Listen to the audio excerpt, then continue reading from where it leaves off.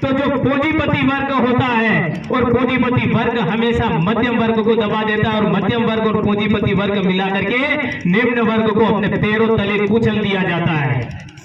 इस बात को भी आप नोट करें, मनन करें, क्योंकि आप यहाँ जितने बैठे हुए हैं मुझे नहीं लगता है कि अपने में से कोई करोड़ों में खेलने वाला आदमी है, नहीं है। इसमें कोई करोड़ों में खेलने वाला नहीं है और नहीं यहाँ पर कोई आज 50 लाख की गाड़ी लेकर यहाँ मंच पे आया है, कोई नहीं आया है। किसी के पास मोटरसाइकिल मिली है तो किसी के पास जीप मिली है तो कोई किराए करके आया है, कोई गेहूं बेच करके मोटरसाइकिल में पेट्रोल भरवा के आया है।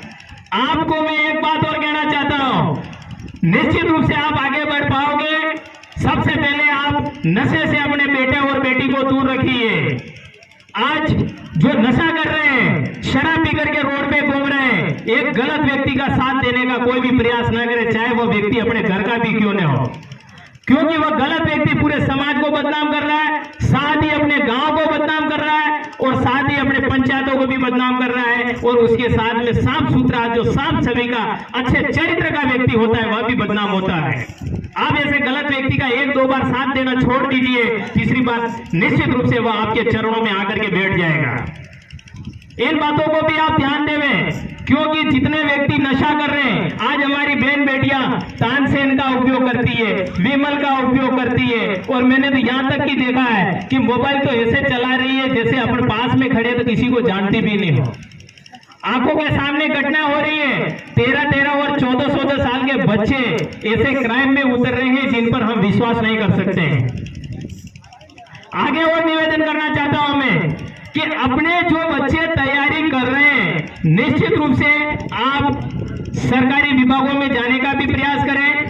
ठेकेदारी प्रथा जो बनी हुई है, ठेकेदार बनने का भी प्रयास करें। आप मालिक बनने की कोशिश करें, नौकर बनकर करके आप नहीं जी पाओगे, क्योंकि एक व्यक्ति ही 10 से या 50 व्यक्ति को रोजगार देता है। जब उसके दिमाग में आता है तो उसको कह देता है कल से तो नौकरी पे मत आना। इस बात को भी मनन करें। अब यहाँ पे बैठे हुए मैं एक इतिहास की बात पर ले जाना चाहता हूँ।